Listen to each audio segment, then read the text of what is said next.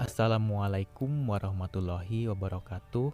Perkenalkan, nama saya Muhammad Rizky Rezaldi dan di sini saya akan memaparkan materi mengenai definisi ilmu politik. Jika ditelisik dari awal kemunculannya, ilmu politik lahir pada abad ke-19, berdampingan dengan beragam cabang ilmu sosial lainnya seperti sosiologi, antropologi, ekonomi, dan psikologi. Dalam perkembangannya, ilmu politik dan ilmu sosial lainnya ini memiliki keterkaitan yang saling mempengaruhi.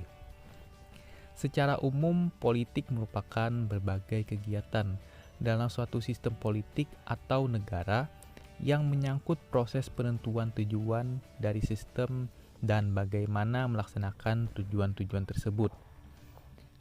Menurut pakar politik Indonesia, Ramlan Surbakti, mengemukakan bahwa pendapatnya mengenai politik merupakan suatu interaksi antara pemerintah dan masyarakat dalam rangka proses pembuatan dan pelaksanaan keputusan yang bersifat mengikat tentang kebaikan bersama masyarakat yang tinggal di suatu wilayah tertentu. Sedangkan menurut pendapat Profesor Miriam Budiarjo, mengenai politik ini ia berpendapat bahwa pada umumnya dikatakan bahwa politik adalah bermacam-macam kegiatan dalam suatu sistem politik atau negara yang menyangkut proses menentukan tujuan-tujuan dari sistem itu dan melaksanakan tujuan-tujuan tersebut. Dengan adanya definisi dari Ramlan Surbakti maupun Profesor Miriam Budiarjo ini, pada prinsipnya mengandung persamaan, di mana kedua pakar ini melihat politik sebagai suatu kegiatan, namun ada perbedaan dalam hal bentuk kegiatan yang dilaksanakan. Selain itu, ada beberapa tokoh-tokoh pemikir mancanegara dari kalangan teoris klasik, modern, dan kontemporer mengemukakan pendapatnya tentang definisi ilmu politik ini. Seperti misalnya Aristoteles, ia mengemukakan bahwa politik adalah usaha yang ditempuh warga negara untuk kebaikan bersama.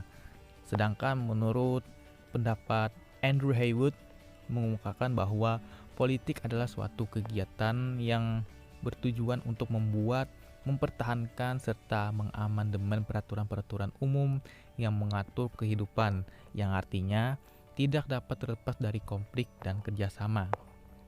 Dengan demikian dapat disimpulkan bahwa perbedaan antara berbagai definisi ilmu politik maupun ilmu politik disebabkan adanya kecenderungan setiap latar. Latar yang dimaksud ini adalah latar belakang pendidikan dari tokoh yang mengemukakan definisi tersebut, yang mana mereka menekankan pada aspek tertentu. Aspek yang dianggap paling penting itulah yang kemudian menjadi titik pijak untuk meneropong aspek-aspek lainnya, dan varian definisinya ini dapat memperkaya pemikiran tentang politik, serta secara umum dapat dikatakan bahwa ilmu politik itu adalah sebagai bagian dari ilmu pengetahuan sosial yang mempersoalkan tentang negara, kekuasaan, pengambilan keputusan atau kebijakan, dan pembagian atau alokasi. Barangkali demikian yang saya sampaikan, dan materi selanjutnya akan dilanjutkan oleh rekan dari kelompok saya. Atas perhatiannya saya ucapkan terima kasih.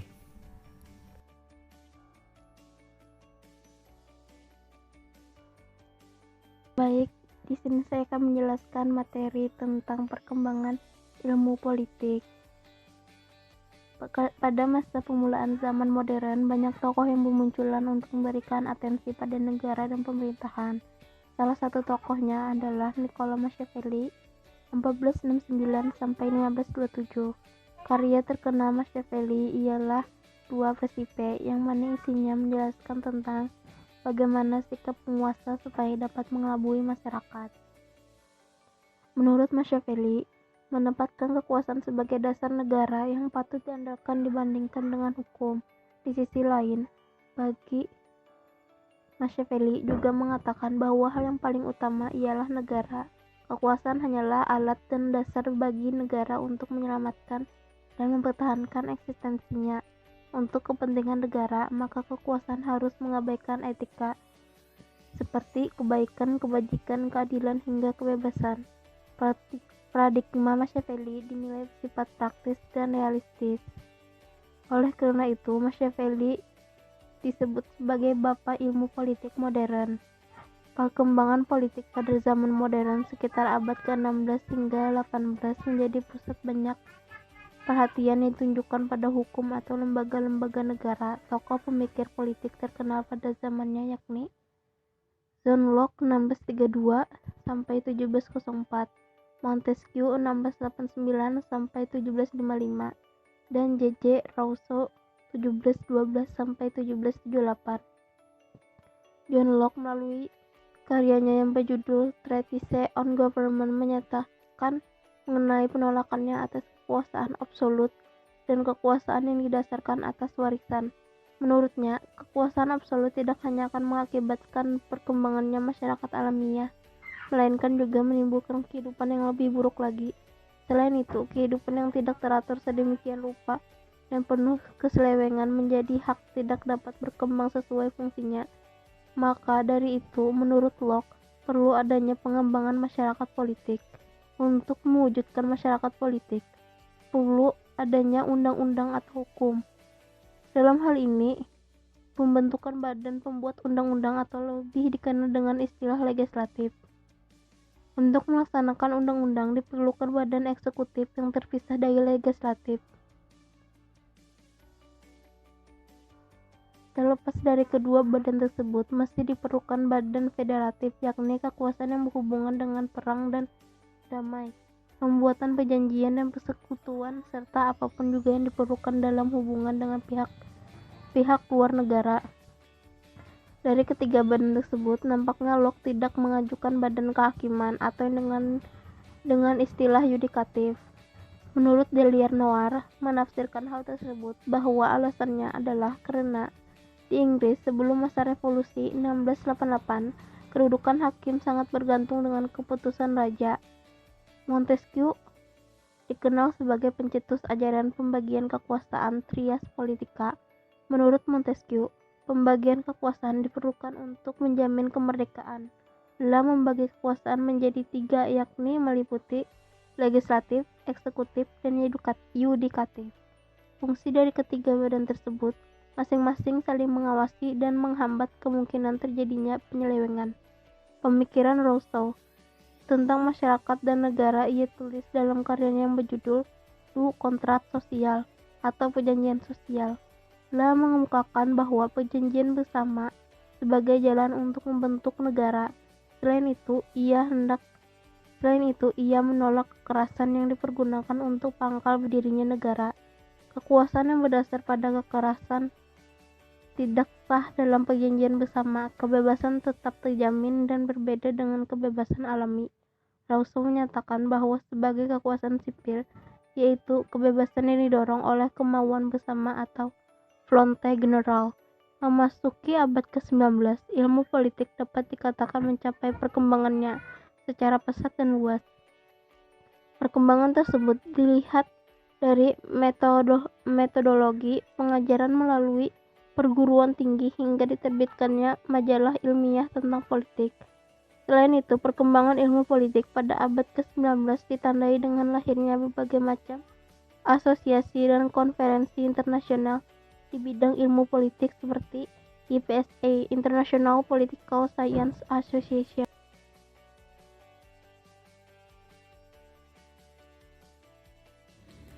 Baik, nama saya Dewi Nilamsari. Di sini saya akan menjelaskan mengenai unsur-unsur ilmu politik. Terdapat 8 rumusan tentang ilmu politik. Yang pertama, negara. Negara merupakan suatu organisasi dalam satu wilayah yang menempati kekuasaan tertinggi, bersifat sah, dan ditaati oleh rakyat. Yang kedua, pemerintah.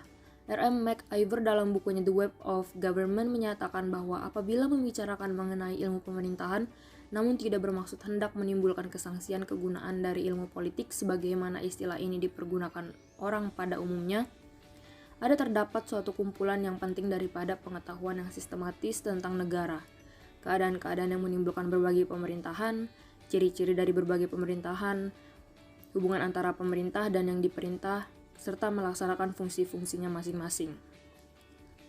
dapat ditarik kesimpulan bahwa ilmu politik juga dikenal sebagai ilmu pemerintah.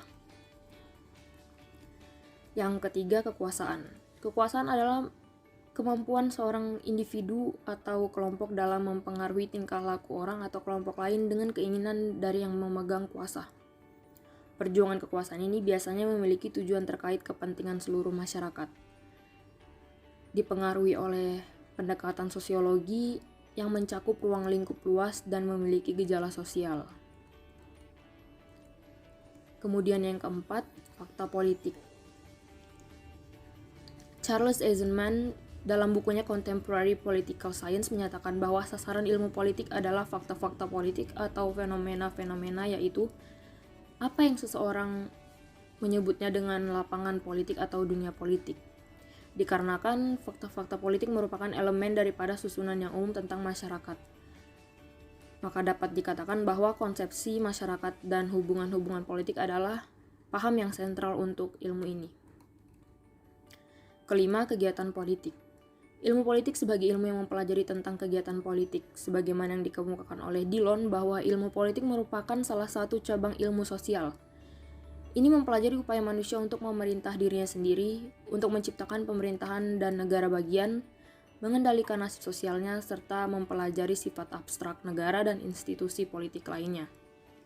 Yang berarti pemerintahan merupakan bagian dari kegiatan politik.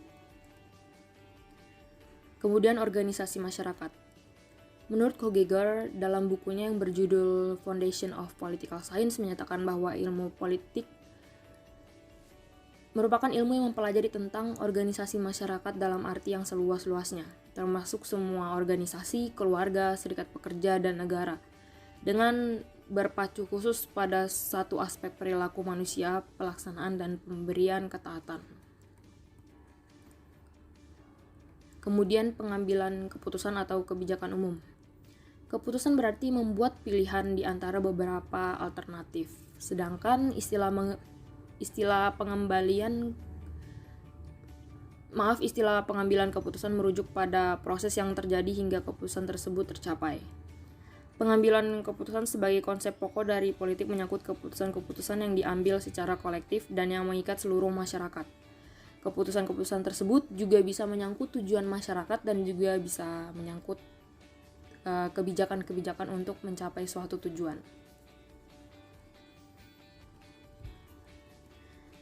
Terakhir, pembagian dan alokasi. Pembagian dan alokasi ialah pembagian dan penjatahan nilai-nilai dalam masyarakat. Yang mana ini menekankan pembagian dan alokasi beranggapan bahwa politik tidak lain dan tidak bukan adalah membagikan dan mengalokasikan nilai-nilai secara mengikat. Yang ditekankan bahwa pembagian ini sering tidak merata dan karena itu menyebabkan konflik. Sekian dari saya, terima kasih.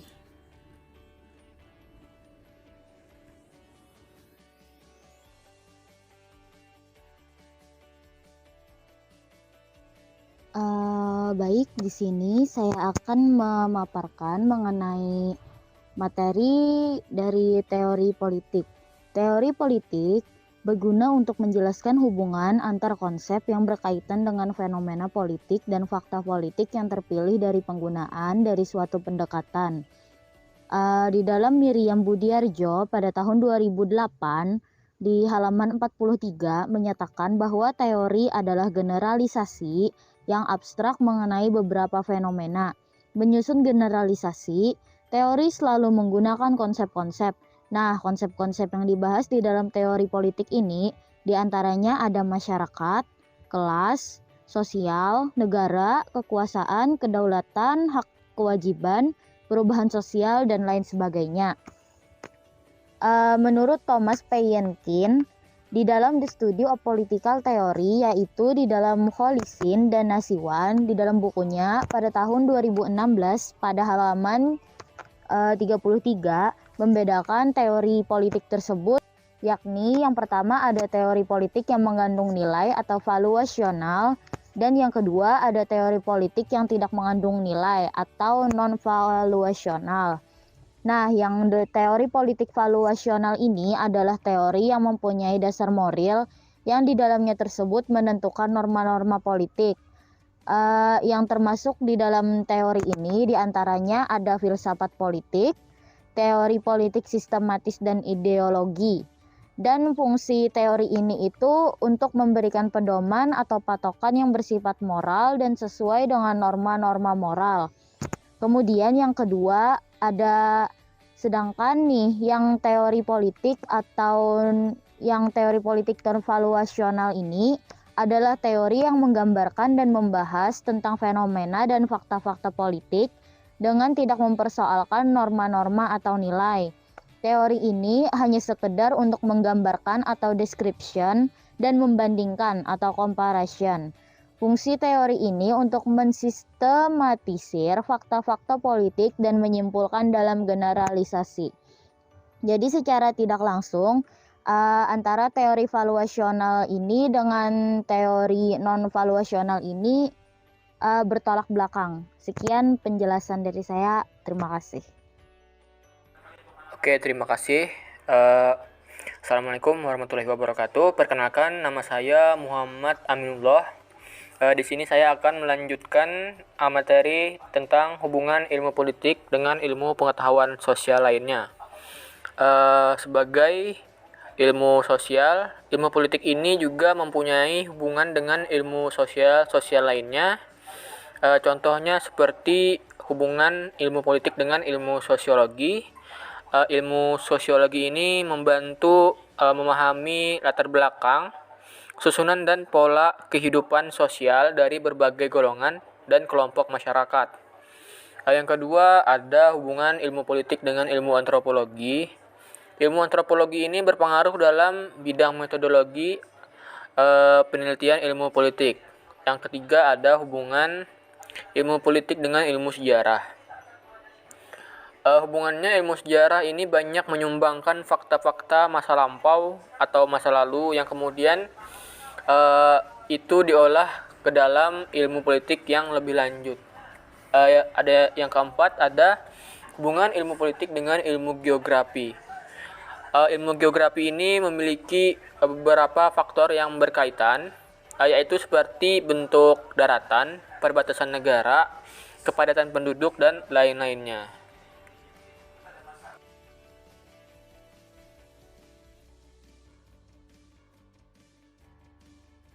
Selanjutnya ada hubungan ilmu ekonomi dengan ilmu politik.